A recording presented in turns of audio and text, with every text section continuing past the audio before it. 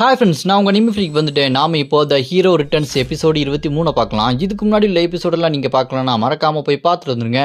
டிஸ்கிரிப்ஷனில் லிங்க் கொடுத்துருக்கேன். சரி வாங்க நம்ம இந்த எபிசோடுக்குள்ளே போகலாம். அதுக்கு முன்னாடி போன எபிசோட் கடைசியில் நம்ம ஹீரோ சி ரேங்கில் இருந்ததுலாம் போதும் எஸ் ரேங்காக மாறலாம்னு சொல்லிட்டு எஸ் ரேங்க் டெஸ்ட் எடுக்கிறதுக்கு போவான். அங்கே போனால் கண்ணாடி குண்டில் நம்ம ஹீரோ அனுப்பி வச்சிருவாங்க. இந்த எஸ் ரேங்க் டெஸ்ட்டுங்கிறது மைண்ட் அளவில் இருக்கிற டெஸ்ட் தான். நம்ம ஹீரோட அந்த மனப்பலம் எவ்வளோ இருக்குது, நம்ம ஹீரோட அந்த மேஜிக் மானா பவர் இதெல்லாம் எவ்வளோ இருக்குது அப்படின்னு டெஸ்ட் எடுக்கிறது தான் இந்த மானா பவர் டெஸ்ட். இதில் நம்ம ஹீரோ அந்த கண்ணாடி குண்டுக்குள்ளே தான் இருப்பான். ஆனால் நம்ம ஹீரோட அவங்க மைண்ட் கண்ட்ரோல் பண்ணி ஹாலுசினேஷனில் அங்கே மான்சஸ் எல்லாத்தையுமே வர வச்சு நம்ம ஹீரோ அட்டாக் பண்ண ஆரம்பிப்பாங்க. அந்த மான்சஸ் எல்லாத்தையுமே பார்த்தோம் நம்ம ஹீரோ அட்டாக் பண்ண ஆரம்பிக்கிறதுக்கு ஸ்வாட் அப்படி வெளியே எடுப்பான். அதோட போன எபிசோடு முடிஞ்சிருக்கும். வாங்க நம்ம இந்த எபிசோடில் என்ன நடக்குன்னு பார்க்கலாம். இந்த எபிசோடு ஸ்டார்டிங்கில் மான்ஸ்டர் சும்மா வசவசன்னு வந்துக்கிட்டே இருக்கும். நம்ம ஹீரோ அங்கே இருக்க மான்ஸ்டர்ஸ் எல்லாத்தையுமே சும்மா அடித்து பறக்க விட்டு ரத்தம் தெறிக்க வெட்டி வீசிட்டு சும்மா ஜம்ப் பண்ணி பறந்து போவான் பாருங்க.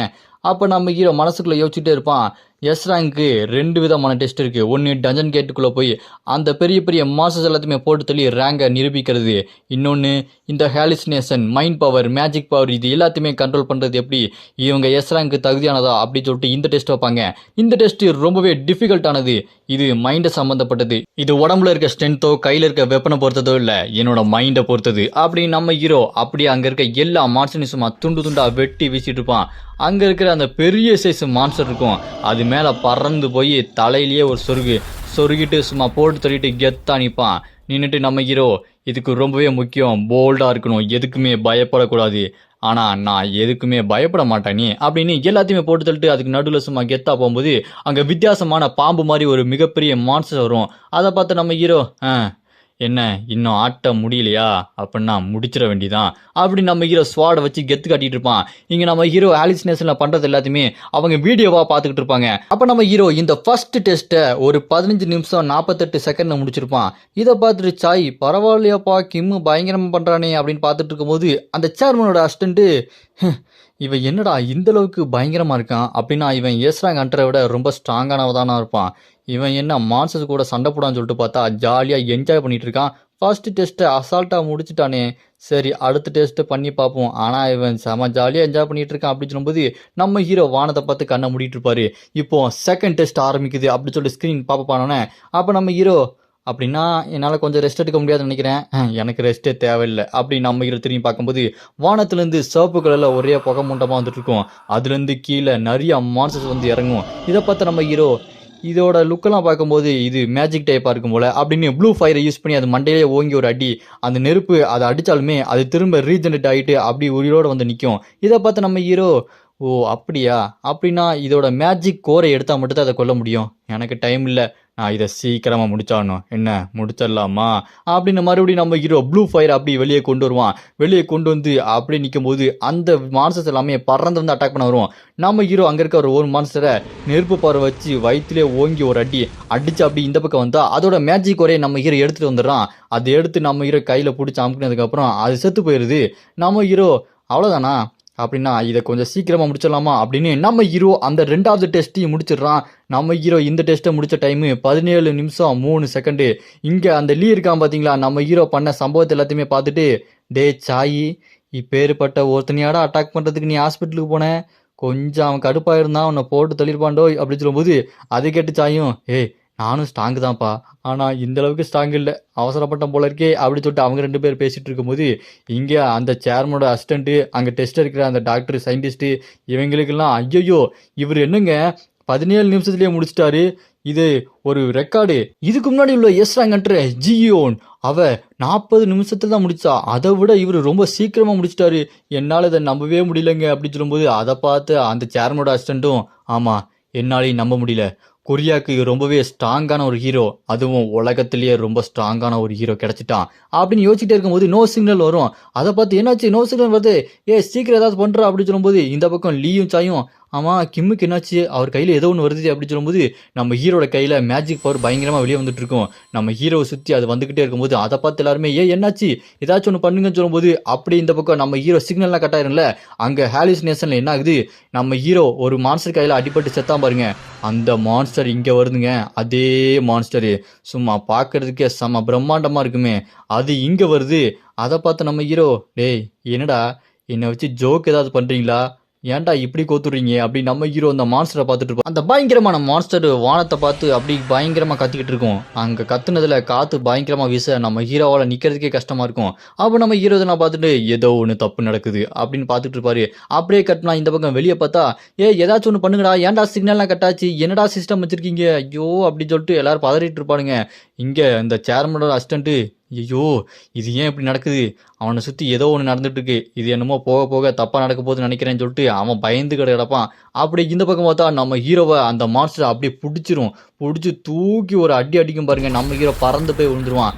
அப்போ நம்ம ஹீரோ விழுந்துட்டு அதை பார்த்துட்டு எஸ்ரா கண்டிருக்கு 2வது டெஸ்ட்லேயே எல்லாமே முடிஞ்சிருமே, இது வேற ஏதோ இருக்கு, இந்த டெஸ்ட் இருக்கக்கூடாது, ஏதோ ஒரு எரர் நடந்திருக்கு போல இருக்கு அப்படின்னு நம்ம ஹீரோ பார்த்துட்டு இருக்கும்போது அந்த மான்ஸ்டர் அப்படி நம்ம ஹீரோ ஓடி வந்து நச்சுன்னு ஒரு குத்தும். நம்ம ஹீரோ ஜஸ்ட் மிஸ்ஸு, அது கை மேலேயே அப்படி ஏறி போய் ஏய் எதுவாக இருந்தாலும் நீ இங்கே வந்திருக்கவே கூடாது அப்படின்னு ஸ்வாட் எடுத்து ஒரே வெட்டு அது கையை துண்டா வெட்டிடுவார். அது பயங்கரமாக கத்திக்கிட்டு இருக்கும். அப்புறம் மறுபடியும் பறந்து போய் அது உடம்ப ஸ்லைடாக ஒரு வெட்டு நெஞ்சில் அப்படி வெட்டினதுக்கப்புறம் நம்ம ஹீரோ என்னாச்சு அப்படி சொல்லிட்டு பார்த்துட்டு இருக்கும்போது கீழே இருந்த கை வெட்டுப்பட்ட கை நம்ம ஹீரோவை டைட்டாக பிடிச்சிக்கிட்டு இருக்க பார்த்துக்கும். அதை பார்த்து நம்ம ஹீரோ இப்போ நீ என் தலையை வெட்டலான்னு பார்க்குறியா அப்படின்னு சொல்லும்போது அந்த மான்ஸ்டர் அப்படி நம்ம ஹீரோ அட்டாக் பண்ண ரெடி ஆகும். அப்போ நம்ம ஹீரோ மானா ஆம்பிளிஃபையர் அப்படின்னு சொல்லிட்டு இருக்கிற மானா பவர் எல்லாத்தையுமே வெளியே கொண்டு வரதுக்கான அந்த பவரை யூஸ் பண்ணுவார். அந்த ஸ்வாடில் அந்த பவரை கொண்டு வந்துட்டு அப்படி ரெடியாக இருக்கும்போது அந்த மான்ஸ்டர் வாயிலிருந்து அதோட பவர்ஃபுல்லான ஒரு பீம் இருக்கும், அதை அப்படியே கக்கும் பாருங்க. அது ஸ்ட்ரைட்டாக நம்ம ஹீரோ கிட்ட வர நம்ம ஹீரோ இருக்கிற மானா எனர்ஜி எல்லாத்தையுமே ஒரே நேரத்தில் அட்டாக் பண்ணுவார். 2 நேருக்கு நேராக மோதிட்டு இருக்கும். அந்த மான்ஸ்டர் பார்த்துக்கிட்டே இருக்கும்போது நம்ம ஹீரோட அந்த மானா பவர் அதோட பவர் எல்லாத்தையுமே அடிச்சு நொடிக்கிட்டு ஸ்ட்ரைட்டாக வந்து அந்த மான்ஸ்டரையே அந்த மானா பவர் அட்டாக் பண்ணும். அந்த அட்டாக் பண்ணதுனே அந்த மான்ஸ்டர் செத்து போயிடும். அதோட கையும் அப்படி காத்தோட காத்தா கரைஞ்சு போயிடும். நம்ம ஹீரோ இதோட முடிஞ்சிருச்சுன்னு நினைக்கிறேன் அப்படி நம்ம ஹீரோ முடிஞ்சதுக்கப்புறம் இந்த பக்கம் பார்த்தா கண்ணாடி குண்டுக்கு வெளியே லீயும் சாயும் கிம்மு ஒன்னாலேயே என்னாச்சுப்பா அப்படி சொல்லும்போது நம்ம ஹீரோ இங்கே கண்ணை முடிச்சிடறான்.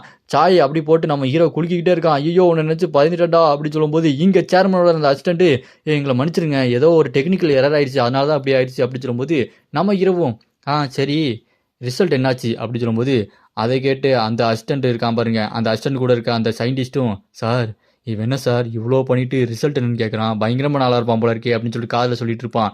அதை கேட்டு இந்த சேர்மனோட அசிஸ்டண்ட் சிரிச்சுக்கிட்டே உங்களுக்கு ஏற்கனவே ஒரு புது ஐடி கார்டை செஞ்சாச்சு அப்படி சொன்னோன்னே அதை கேட்டு நம்ம ஹீரோ அதுக்குள்ளே செஞ்சாச்சா அப்படி சொல்லும்போது செஞ்சாச்சு இங்கே வாங்க அப்படின்னு நம்ம ஹீரோக்கு எஸ் ரேங்க் ஹண்டரை கொடுக்குறாங்க.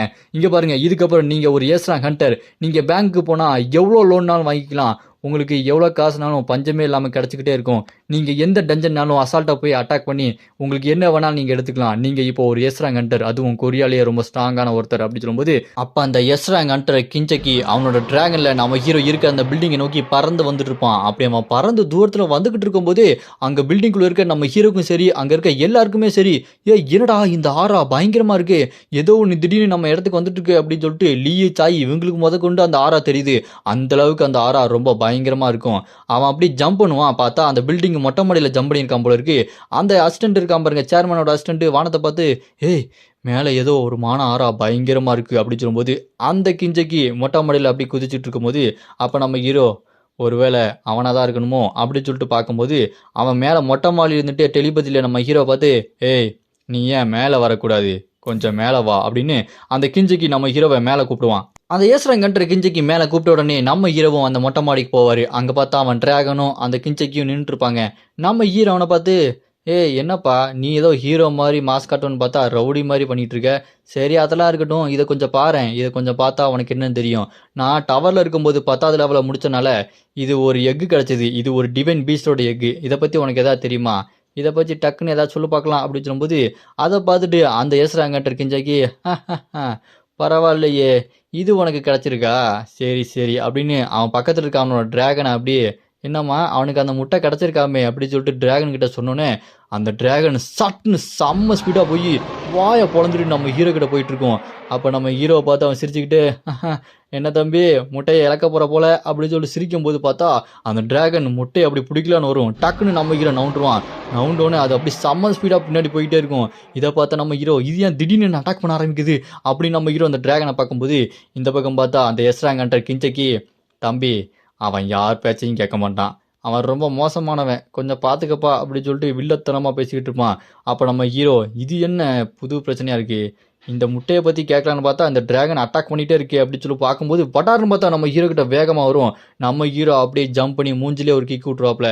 கிக் விட்டுட்டு இந்த முட்டையை முதல்ல நான் இன்வெர்ட்டரில் போட்டு பாதுகாப்பாக வைக்கணும் அப்படின்னு சொல்லிட்டு இன்வெர்ட்டரி ஓப்பன் பண்ணி உள்ளே வைக்கலான்னு பார்த்தா டபால் நம்ம ஹீரோட கையை அந்த கிஞ்சைக்கு பிடிச்சிட்டு, ஏய் இந்த முட்டையை நீ என்கிட்ட கொடுத்தா என்ன, இது உனக்கு தேவையில்லை அப்படின்னு நம்ம ஹீரோ கிட்ட இருந்து அந்த முட்டையை பறிக்க பார்ப்பான். அதை பார்த்து நம்ம ஹீரோ இதை உள்ளே வைக்கிறதுக்குள்ளே இப்படி பண்ணிட்டானே அப்படின்னு சொல்லும்போது அந்த முட்டை அப்படியே சேக் ஆகிட்டே இருக்கும். சேக் ஆகிட்டே இருந்தது டப்புன்னு உடஞ்சி உள்ளேருந்து வெளியே வர ஆரம்பிக்கும். அதை பார்த்து நம்ம ஹீரோவும் கிஞ்சைக்கும் என்ன நடக்க போகுது அப்படின்னு சொல்லிட்டு முழிச்சிட்டு பார்த்துட்டு இருப்பாங்க. அப்போது அந்த முட்டை பொறிஞ்சி முட்டைக்குள்ளேருந்து ஒன்று வரும். இதை பார்த்து நம்ம ஹீரோ இது இது டிராகனா அப்படி சொல்லும்போது ஒரு குட்டி ரெட் டிராகன் வரும்.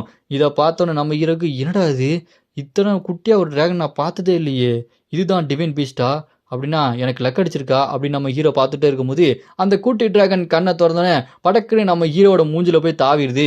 அதை பார்த்து அந்த கிஞ்சகிக்கும் என்னடா நடக்குதுன்னு சொல்லிட்டு முடிச்சுக்கிட்டு இருப்பான். அந்த குட்டி டிராகன் நம்ம ஹீரோவோட மூஞ்சில அப்படி பிடிச்சிக்கிட்டே இருக்கும். ஆனால் அந்த ப்ளூ டிராகன் அதை பார்த்து சிரிச்ச மாதிரிக்கே இங்கே அந்த கிஞ்சிக்கிட்ட போயிட்டு ஒரு மாதிரி பண்ணிட்டு இருக்கும். அதை பார்த்து கிஞ்சகியும் கவலைப்படாத, அது ஒன்றும் பிரச்சனை இல்லை, அதை அவனை சூஸ் பண்ணியிருக்கு அப்படின்னு சொல்லும்போது என்ன நடக்குதுன்னு பார்த்தா அந்த ப்ளூ டிராகன் அழுதுட்டு இருக்கு. இந்த பக்கம் கிஞ்சக்கி நம்ம வேணா வேற இடத்துக்கு போய் பேசுவோமா அப்படின்னு சொல்லிட்டு நம்ம ஹீரோவை வேற இடத்துக்கு கூட்டு போய் பேச ஆரம்பிப்பான். அப்போ நம்ம ஹீரோ கிட்ட இந்த டிராகன் நீ நினைக்கிற அளவுக்கு ரொம்ப வீக்கு கிடையாது, இது பார்க்க குட்டியாக இருந்தாலுமே ஒன்றை விட ரொம்ப ஸ்ட்ராங்கானது அப்படின்னு அந்த கிஞ்சக்கி ஏதோ ஒன்று எடுத்து அப்படி நீட்டி அதை கோவப்படுத்திக்கிட்டே இருப்பான். அதை பார்த்து நம்ம ஹீரோ அப்படியா, இது டிராகன்ஸில் ரொம்ப பவரானதா அப்படின்னு சொல்லிட்டு பார்க்கும்போது ஆமாம், உனக்கு டிராகன்ஸை பற்றி அந்த அளவுக்கு என்ன தெரியும் அப்படின்னு சொல்லிட்டு நம்ம ஹீரோவை பார்த்து கேட்கும்போது அதுக்கு நம்ம ஹீரோ தெரியுமே, இதுங்க வளர்றதுக்கு 3 வருஷத்துலேயே கொஞ்சம் பெருசாகவே வளர்ந்துடும், அதுக்கப்புறம் இதுங்க ஒரு 1000 வருஷம் வளரும், இதுங்க நம்ம பேச்சை கேட்டு நம்ம கூடயே இருக்கும், மாஸ்டரோட பிஹேவியர் அவங்களோட அந்த எண்ணங்களை பொறுத்து தான் அது மாறிக்கிட்டே இருக்கும் அப்படின்னு சொல்லும்போது அதை கேட்டு கிஞ்சக்கும் பரவாயில்ல, உனக்கு இவ்வளவு தெரிஞ்சிருக்கா அப்படின்னா ரொம்ப நல்லது, இதை வேணா நீ வச்சுக்கோ, என்கிட்ட இருக்க டிராகனுக்கு இப்போ ஒரு 5 வயசு இருக்குன்னு நினைக்கிறேன், ஆனால் இப்போவே என்னோட டிராகன் ரொம்ப பெரிய பையன் மாதிரி தான் பிஹேவ் பண்ணிட்டு இருக்கான், இவனுக்கு நான் ஒரு பேர் வச்சிருக்கேன், இவனோட பேர் யாங் தெரியுமா, இவன் ரொம்ப சேட்டை பிடிச்சவன், ஆனால் இவனுக்கு எனக்கு ரொம்ப பிடிக்கும். ஆமாம், உன்னோட அந்த குட்டி டிராகனுக்கு நீ என்ன பேர் வைக்க போகிற, எனக்கு என்ன பெரிய வருத்தம்னா நான் 100 வருஷத்தில் செத்து போயிடுவேன், என்னோட இந்த ப்ளூ டிராகன் என்னை மறந்துட்டு 900 வருஷம் சந்தோஷமாக வாழணும் அப்படின்னு சொல்லும்போது நம்ம ஹீரோ அதெல்லாம் கேட்டுட்டு பரவாயில்லையே, நான் இவனை ஒரு பணக்கார திமிரு பிடிச்ச எஸ்ராங்கன்ட்டு நினச்சேன், ஆனால் இவன் ரொம்ப நல்லவனாக இருக்கானே அப்படின்னு சொல்லும்போது அங்கே குட்டி டிராகன் நம்ம ஹீரோ பார்த்து நின்றுருக்கோம். அப்படியே நம்ம ஹீரோவோட மடியில் தாவிட்டு இருக்குமா. அப்போ நம்ம ஹீரோ இது பார்க்கறதுக்கு ரொம்ப குட்டி அழகாக இருக்குது, இதுக்கு என்ன பேர் வைக்கலாம், வேணா இதுக்கு மிர் அப்படின்னு சொல்லிட்டு பேர் வைக்கலாம் அப்படின்னு நம்ம ஹீரோ இந்த குட்டி டிராகனுக்கு மிர்ன்னு பேர் வைப்பான். அப்போ நம்ம ஹீரோ பார்த்து அந்த கிஞ்சிக்கு இங்கே பாரு, நீ இந்த டிராகனை வளர்க்கலாம், ஆனால் நீ ஒழுங்காக வளர்க்கலன்னு தெரிஞ்சா உங்ககிட்ட இந்த டிராகனை நான் பிடிங்கிட்டு போயிடுவேன் புரியுதா அப்படின்னு நம்ம ஹீரோவை பயங்கரமாக மிரட்டுவான். இதோட இந்த எபிசோடு இங்கே முடியுது. இதுக்கப்புறம் என்ன நடக்க போகுது அப்படின்றத நம்ம அடுத்த எபிசோடில் பார்க்கலாம். அடுத்த எபிசோட நான் ஆல்ரெடி அப்லோட் பண்ணிட்டேன், டிஸ்கிரிப்ஷனில் லிங்க் கொடுத்துருக்கேன்.